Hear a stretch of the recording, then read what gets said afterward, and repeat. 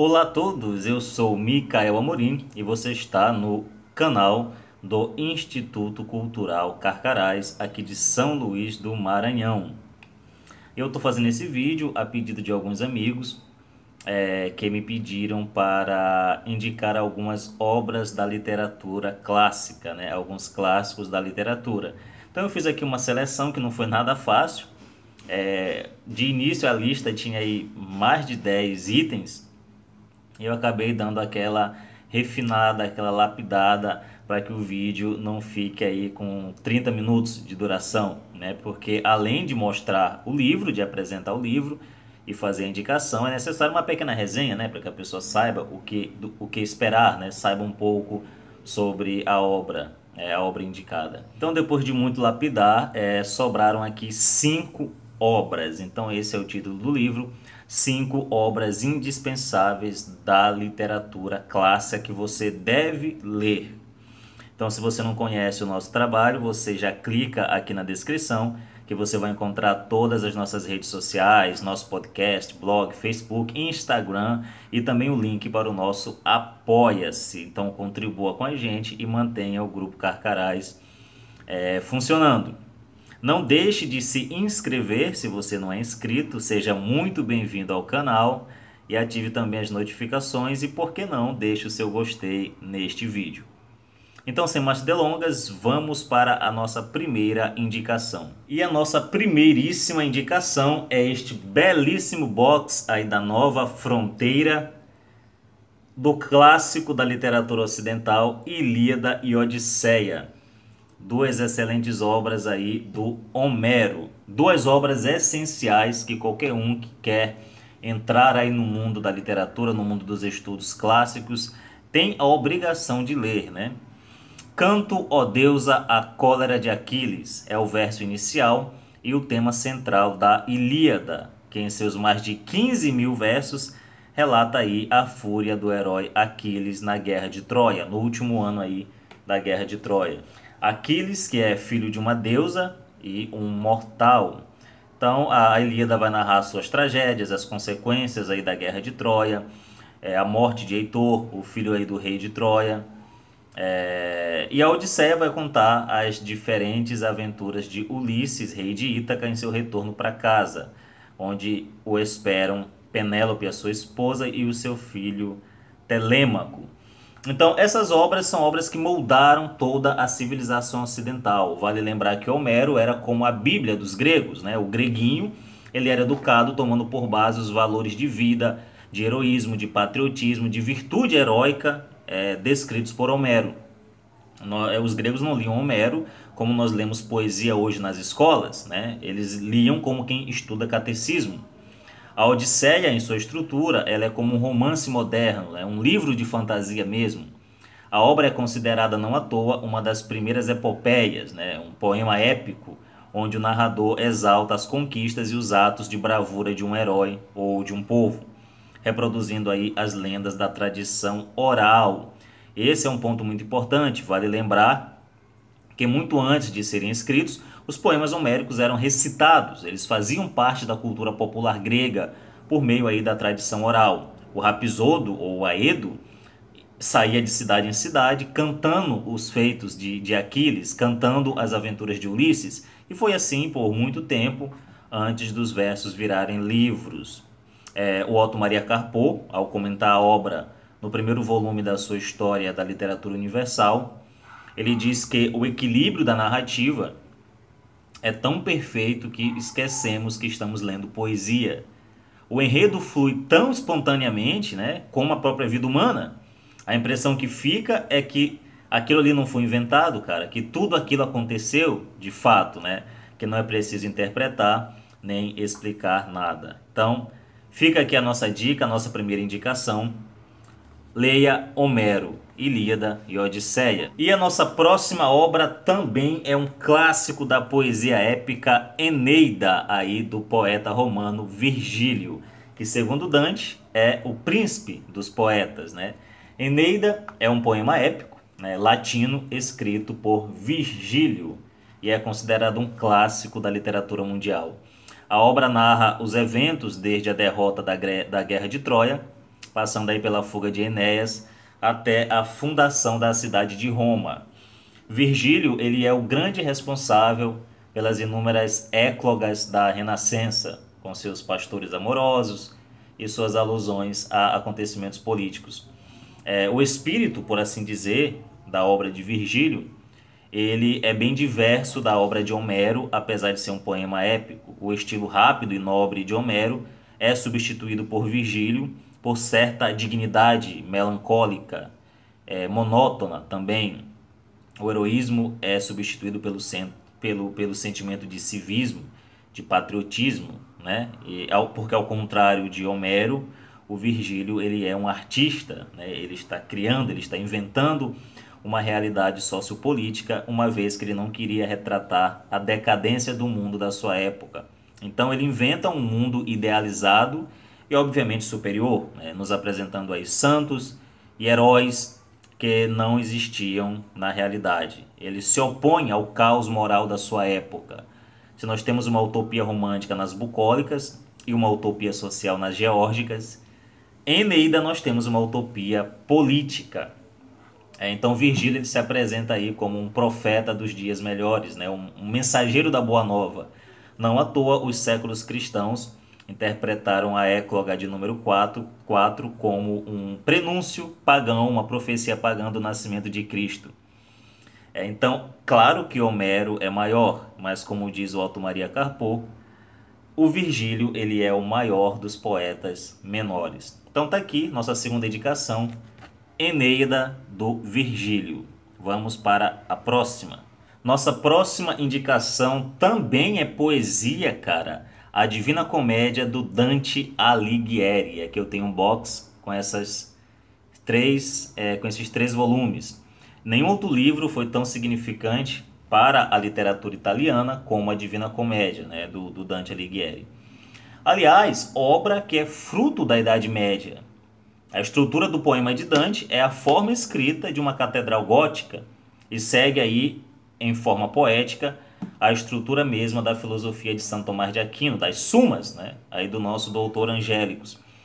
Então, para quem acha que a Idade Média foi um período de trevas, cara, reveja os seus conceitos, camarada. É um período de escuridão em matéria de conhecimento, de artes, de filosofia, jamais poderia produzir uma obra desse nível. E essa edição que eu tenho aqui é bilíngue, o que é muito importante, é da Nova Fronteira, não, é da editora 34, né? É importante que seja bilíngue porque Dante foi o primeiro a desafiar os costumes da sua época e escreveu um romance totalmente em italiano, né? Entre 1300 e 1320. Então, nesse período, a língua latina era considerada a única capaz de explicar, retratar os pensamentos mais nobres. E a língua italiana era considerada uma língua vulgar, né, inferior. E, de fato, o italiano ele é um latim vulgarizado, né, popularizado. Otto Maria Carpo diz que Dante criou a língua literária italiana. Ele criou a própria literatura italiana, né? A primeira grande obra da literatura italiana é, ao mesmo tempo, diz o Carpo, a maior obra da literatura italiana, que é a Divina Comédia. Então, de que se trata essa obra? A obra narra a jornada do próprio Dante pelo além-mundo e é dividida em 3 cantos: inferno, paraíso e purgatório. Aliás, se formos parar para reparar na estrutura da obra, ela está toda baseada no número 3, né? Uma alusão à Santíssima Trindade, Pai, Filho e Espírito Santo. Como contraponto, Dante coloca Lúcifer como um monstro de 3 cabeças. Cada parte da obra é dividida em 33 cantos e em cada estrofe há 3 versos, chamado aí de tercetos. E estes versos se organizam de acordo com um método chamado terça-rima, o que foi usado pela primeira vez por Dante e consiste em um sistema de rimas de 3 linhas entrelaçadas, na qual o verso do meio da primeira estrofe rima com o primeiro e o terceiro verso da estrofe seguinte, e assim por diante, né? Então a estrutura é baseada no número 3, isso fica muito claro. Então, sobre a divisão da obra, no inferno, como é de se esperar, estão as almas pecadoras, destilando seu ódio a Deus e recebendo castigos horríveis. castigos que variam de acordo com o círculo em que a alma condenada se encontra, né? O inferno de Dante é dividido em círculos, de acordo com seus pecados, do mais brando ao mais grave. Então nós vamos vendo aí variações nas penas infernais, né? Segundo Dante, o pior de todos os pecados é o pecado da traição. Neste círculo, chamado de Cossitos, nós encontramos Caim, que matou Abel, Judas, que traiu Jesus, e Brutus, que traiu o Júlio César. Todos estão sendo ali mastigados pelo demônio. De todos os livros, é o mais assustador, né, o mais reflexivo e é aquele que eu mais gosto de ler. No purgatório, por sua vez, é onde se encontram as almas pecadoras que manifestam remorso e, portanto, recebem a oportunidade de redimir seus pecados para possivelmente, né, futuramente, irem para o céu, para o paraíso. O purgatório é dividido em 7 níveis, que correspondem aos 7 pecados capitais. Tanto durante a jornada pelo inferno quanto pelo purgatório, quem guia Dante é o Virgílio, né, o poeta romano, autor de Eneida, que nós já indicamos aqui. Agora, a partir do paraíso, né, que é a narrativa do terceiro livro, né, Dante passa a ser guiado por Beatriz, que é a sua musa inspiradora, já que Virgílio é um pagão e por isso ele não pode entrar no plano divino aí do paraíso. Então, leia a Divina Comédia do Dante Alighieri. A nossa próxima indicação aqui, As Mil e Uma Noites em 4 volumes, aí pela editora Globo, da livraria da Biblioteca Azul. Cara, essa edição aqui é muito boa porque ela é traduzida diretamente do árabe, com o texto integral, inclusive aí com todos os louvores a Alá, né? Todos os traços da religião aí do islamismo. Então é uma edição que eu gosto bastante, então recomendo ela, né? Se você for comprar, recomendo que compre esta edição. Se encontra outra também, não tem problema, né? O importante é que você leia. Então, As Mil e Uma Noites é o título de uma das mais famosas obras aí da literatura árabe, reunindo aí uma coleção de contos escritos entre o século XIII e o século XIV. A obra conta a história do rei da Pérsia, que, traído pela esposa, mandou matá-la. Desse momento em diante, ele decide passar cada noite da sua vida com uma concubina diferente, e que era degolada na manhã seguinte. Dentre as várias e várias concubinas e mulheres aí que ele desposou, a princesa Sherazade foi a mais esperta. Ela iniciou um conto que despertou o interesse do rei, né, em ouvir a continuação da história, e ela prometia sempre contar na noite seguinte, adiando assim a sua morte. Então, praticamente todas as histórias se passam ali na região que corresponde ao Egito e à Pérsia, e a mais monumental compilação de contos aí do final da Idade Média. Esses contos são a obra árabe literária mais traduzida depois do Corão, né? Todos nós conhecemos as suas histórias, Ali Baba e os 40 Ladrões, Aladim, Simba, o Marujo e tantas outras. Todos foram traduzidos aí em diversos idiomas e acabaram adentrando no imaginário popular europeu. Ao contrário do que acontece com os contos contemporâneos na Europa, As Mil e Uma Noites tem 1001 autores, né? E a esperta princesa Sherazade é um autor coletivo que conta a narrativa na voz feminina. Então, desta vasta coleção, nós podemos rastrear a sua origem até o século IX depois de Cristo. E essa última forma aí até remonta ao século XVI. O que isso quer dizer? Que a obra cobre aí quase toda a Idade Média cristã, né? Embora no início de cada conto nós temos louvores a Alá. São, em todo caso, contos encantadores que vão prender a sua atenção. Como escreveu aí o Guilhermo Cabreira Infante, escritor cubano, no seu texto muito bom, a História do Conto, que fica aqui a recomendação, ele diz que Sherazade é a mais poderosa máquina de matar o tédio que existe, e é verdade. Então leia Mil e Uma Noites.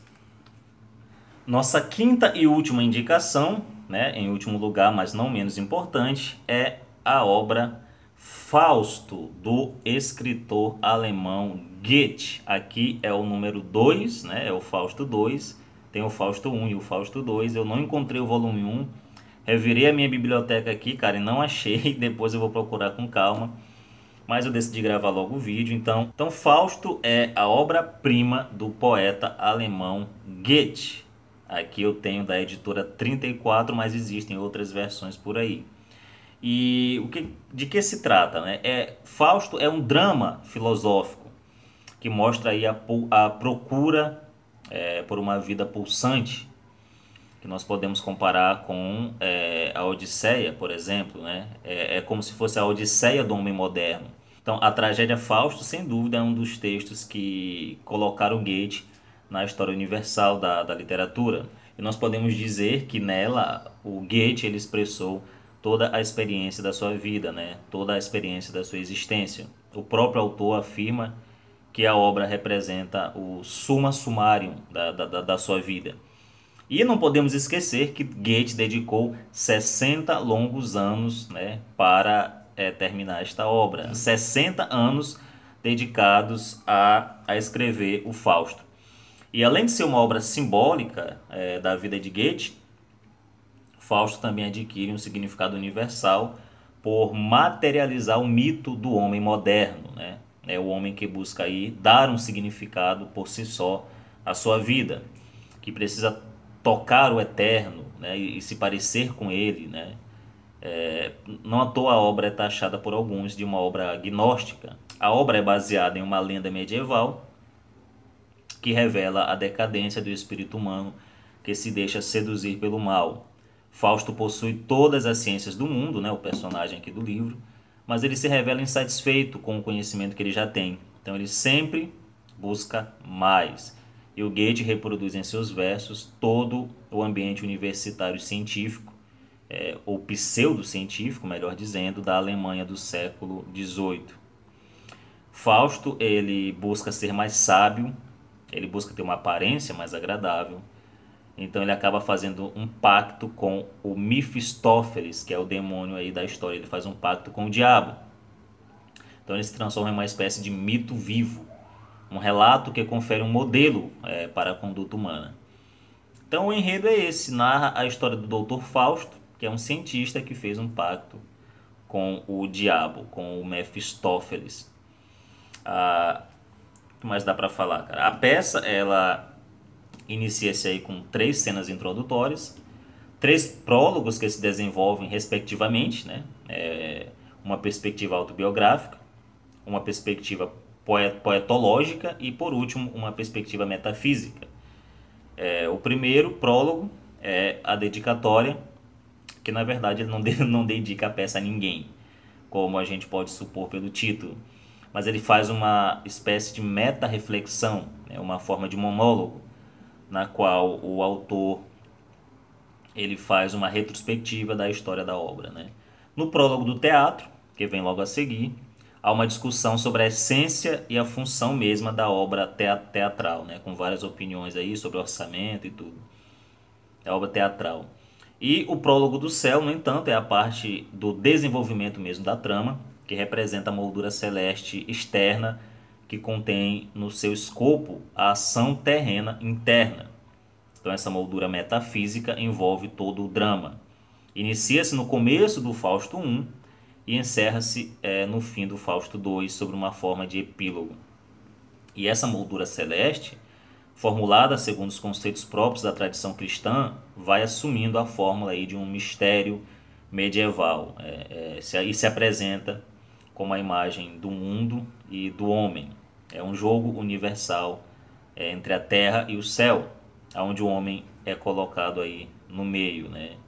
Uma luta aí entre Deus e o diabo, o inferno e o céu.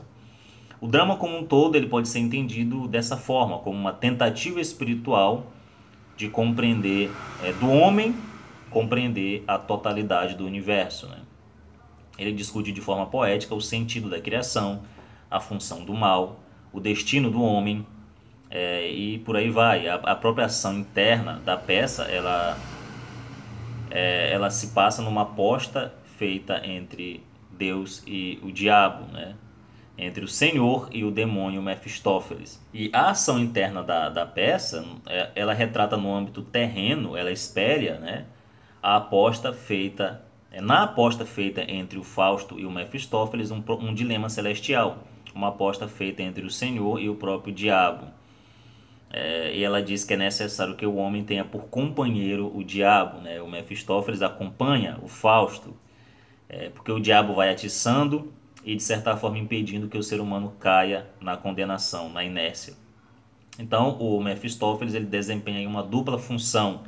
Ele conduz o homem por caminhos que o levarão à culpa, mas ao mesmo tempo ele impede que o homem esmoreça, né? Que o homem cesse a sua atividade, o seu motor de vida.